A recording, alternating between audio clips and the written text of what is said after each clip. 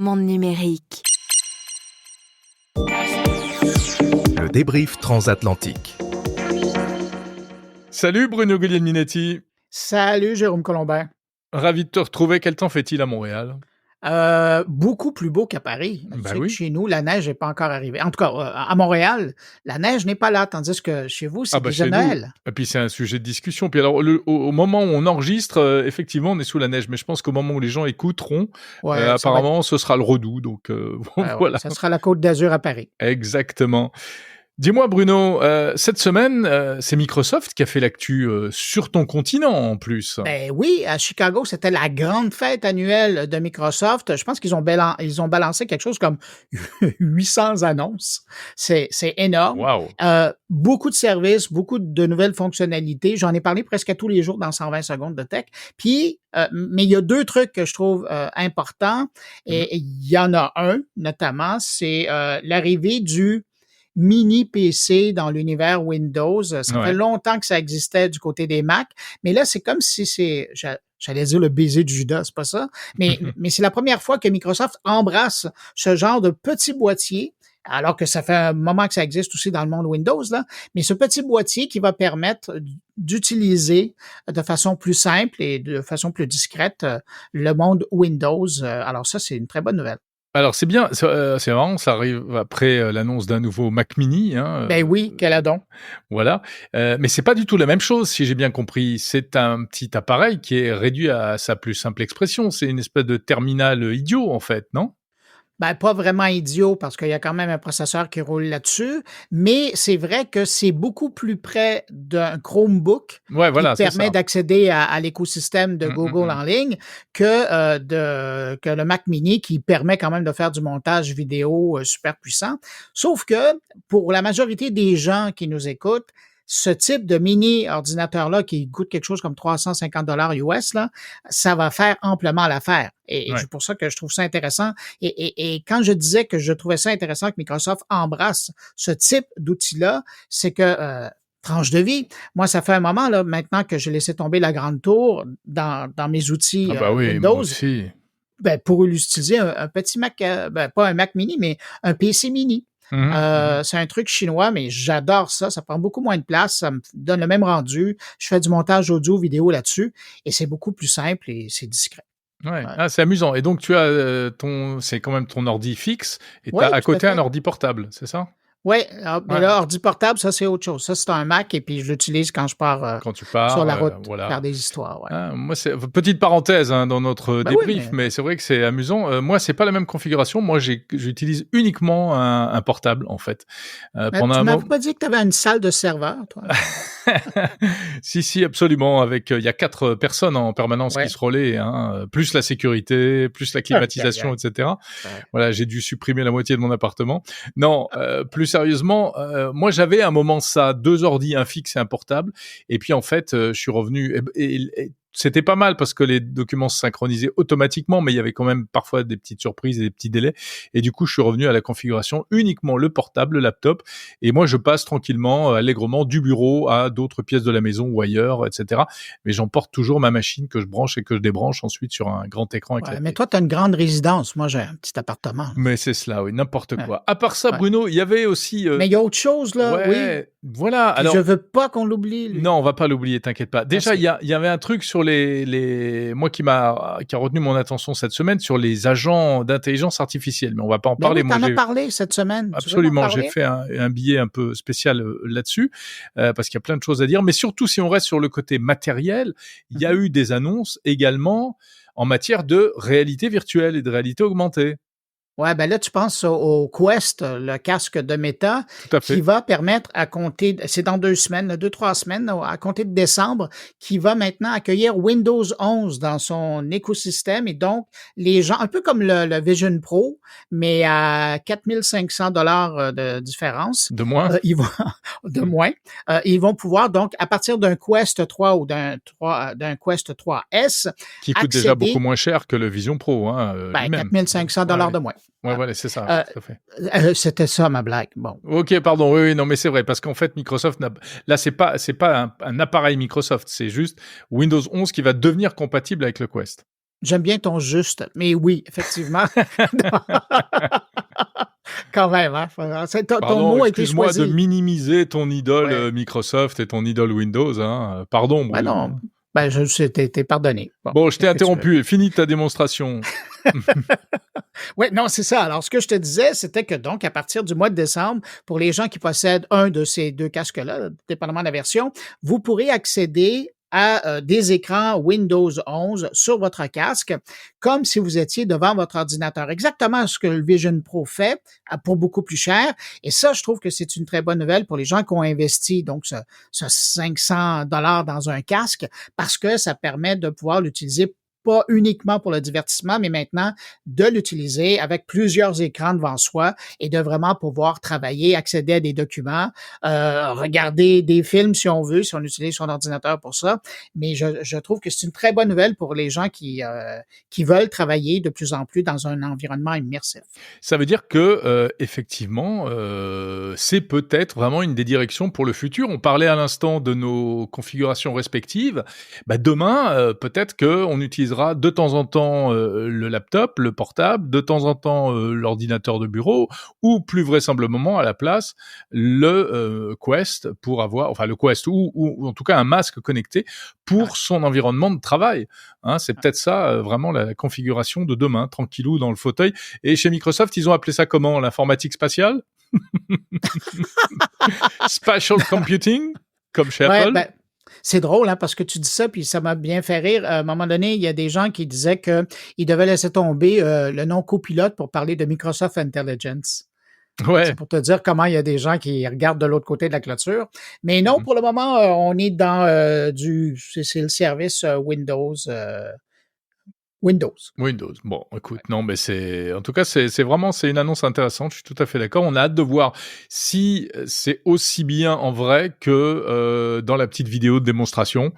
Parce que, bon, parfois, on peut avoir des surprises hein, sur ce truc-là. Ouais. Donc, ça... Hey, Jérôme, Ouais. moi, soyons vraiment transparents, pendant qu'on branchait nos caméras, nos fils et compagnie, là, tu me racontais que tu viens de faire une expérience avec ChatGPT à ton Ouais, sujet. tout à Ça, c'est fait. pas du narcissisme. Donc, tu as demandé ce qu'il savait à ton sujet. Oui, alors bon, ça c'est un truc classique, hein, depuis longtemps, on se dit sur ChatGPT, c'est les premiers tests qui avaient été faits, on se dit ah, on teste, est-ce qu'il me connaît, etc. Mais là, bon, bah ChatGPT c'est devenu un ami hein, pour beaucoup de gens et notamment pour Ben, moi. une amie dans ton cas. Et alors oui, pour la version vocale, c'est une amie, mais sur mon ordinateur, je sais pas, je vois plutôt comme un ami. Bref, de toute façon, il parle pas, c'est que du texte. Mais je lui ai demandé ce qu'il savait sur moi. Et effectivement, sa première réponse était étonnante parce qu'il m'a dit ah ben pas du tout, mais moi je ne sais rien, je ne connais pas votre nom, je ne connais pas vos goûts, vos machins, etc. Je lui dis je lui dis bon alors par rapport à tout ce que je t'ai raconté et demandé ces derniers mois, est-ce que tu pourrais brosser mon portrait? Et alors là, il s'est lâché. Hein. Oh. Il m'a tout sorti, donc en détail. Ça s'intitulait Portrait de Jérôme Colombin. Il y a tout. Me parle de mon travail. Il me dit, il sait que j'ai une voiture électrique. Il sait que j'aime la ratatouille. Il se trompe un petit peu. Il sait que j'ai des amis qui s'appellent François Sorel et Bruno Guglielminetti. Et puis il se trompe un peu. Enfin, je dirais j'ai fait un épisode spécial de Monde Numérique pour raconter tout ça parce que je trouve que c'est hyper intéressant. C'est exact à 80-90%, on va dire, mais il y a une petite marge d'hallucination, pas d'hallucination, de confusion en réalité. Il me sort que j'ai un chien, que j'aime la trompette, etc. Et en fait, bien c'est ce que j'explique dans ma chronique, c'est que je pense que ça vient en réalité de recherches qui ont été faites non pas pour moi, non pas par moi, mais plutôt par ma fille ou par ma femme qui utilise le même compte parfois Et donc, une serait que moi. intéressée par la trompette et l'autre voudrait un chien. Alors sur le chien, ça me surprend pas. Sur la trompette, j'avoue que je suis tombé des nues. Je ne sais pas d'où vient cette histoire de trompette. Mais est-ce que ChatGPT pourrait avoir un accès plus direct à ton subconscient? C'est la question que je me pose. Je ne sais pas, je vais pas poser la question. En revanche, je lui ai posé plein de questions sur je lui ai demandé si c'était pas un peu gênant qu'il sache tout sur moi. Alors il s'est défendu, il m'a dit que non, c'était pour mettre plus de contexte dans les réponses. Et je pense que c'est ça le point qui est important, c'est que on pourrait, par rapport à cette anecdote que je raconte, avoir peur et se dire oh là là, mais c'est horrible, c'est nos données qui sont à nouveau captées. Mais en réalité, c'est vrai que c'est ça, c'est très intéressant qu'il fasse ça parce que ça lui donne de la mémoire, ça lui donne beaucoup de profondeur. Et par exemple, aujourd'hui, quand je lui demande de me faire un petit travail sur, de me faire une petite bio, de me rédiger un petit portrait de moi dont j'ai besoin pour le boulot, etc. Et ben, en 2 clics, en fait, en 3 mots, il me le fait parce qu'il me connaît déjà. Et du coup, j'apprécie énormément qu'il me connaisse. Je lui parle de ma formation au podcasting, là, donc j'en ai beaucoup parlé. Quand je lui pose des questions là-dessus, il sait tout. Il sait comment ça s'appelle, il sait combien ça coûte, il sait quand ça a été préparé. Donc, c'est ça aussi. On rentre, je trouve, dans un nouveau paradoxe où, d'un côté, on va avoir envie que les IA sachent tout de nous, mais d'un autre côté, ça risque aussi de poser des problèmes de vie privée. Mais je t'écoute, puis j'ai l'impression que la prochaine étape dans l'interface relationnelle de l'intelligence artificielle, ça va être de commencer à prendre des nouvelles. Par exemple, de dire, puis, comment ça fonctionne ton podcast? Comment va tel projet que tu as démarré? Là, on va avoir, ça sera rendu à un autre niveau. Ah ouais, bien sûr, mais c'est déjà un peu ça, hein. Tu peux déjà c'est ça aussi quand, je me demande si on pourrait pas lui poser des questions du genre, bah, voilà, quand est-ce que ma voiture est tombée en panne? Et puis il va me ressortir, la date. Ah, ça, sûrement, ouais. C'était quoi le problème? Et cetera, et cetera. Une espèce de mémoire annexe, quoi. Alors quand tu vois que, par exemple, dans les écoles, les enfants confient de plus en plus leurs devoirs à ChatGPT et que les profs sont en panique, ils se demandent à quoi ça sert de donner des devoirs à la maison, ben, c'est la preuve qu'une fois de plus en plus, on va transférer une partie de notre cerveau dans ces cerveaux artificiels.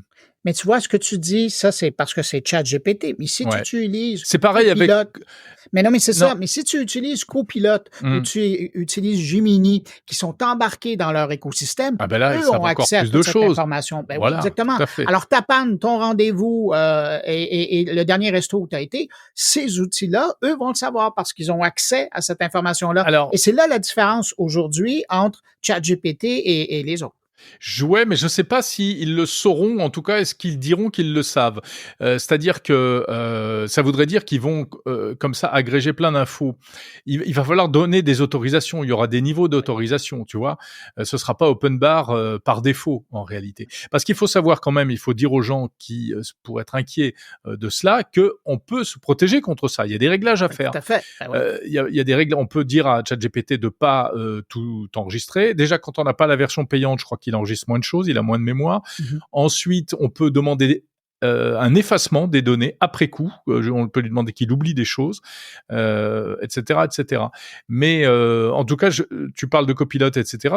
L'expérience que j'ai faite, je crois, d'après les retours que j'ai eus sur les réseaux sociaux, c'est à peu près la même chose avec Claude d'Anthropic ou avec Ouais. d'autres IA en fait. Avec Mistral, par exemple. D'ailleurs, parlant de Mistral, tu as vu, Ouais. hein, non, mais ils ont, avec leur chat ou leur chat, ils ont monté chat, d'un ouais. cran, là. Ouais. Ça commence à être compétitif avec, Bah, bien sûr que ça va avec être Claude compétitif. ouais. Oh, non, mais ça l'était pas auparavant. Mais là, ça l'est. Moi, je l'ai utilisé quelques fois cette semaine et j'étais vraiment agréablement surpris du rendu. Ah ouais, donc t'es content des petits Français, de l'IA à la française alors?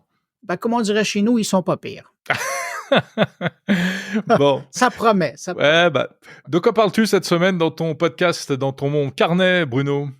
Ben écoute, dans mon carnet cette semaine, notamment, je parle avec le grand patron du RISC, qui est le grand réseau informatique qui dessert le monde de l'éducation postsecondaire et le monde de la recherche au Québec. C'est leur 35e anniversaire. C'est un peu eux qui sont derrière l'histoire du réseau Internet au Québec. Et puis, ben, c'est un clin d'œil à leur savoir-faire. Aussi, puisqu'on est dans le monde de l'informatique au Québec, il y a Calcul Québec qui est l'organe qui gère la super puissance de calcul pour les centres de recherche, qui vient de rendre disponible son ordinateur quantique. Un ordinateur quantique québécois, fait entièrement au Québec. Wow. De A à Z. Entièrement à la main, il fonctionne à la poutine? Non, pardon. Oui, non, au caribou. Il fonctionne au jus de caribou. Exactement. D'ailleurs, il sent le sapin. Je t'inviterai quand tu passeras à Montréal. Et puis, sinon, D'accord. je parle avec un avocat qui vient nous raconter des histoires abracadabrantes de l'utilisation de l'intelligence artificielle et des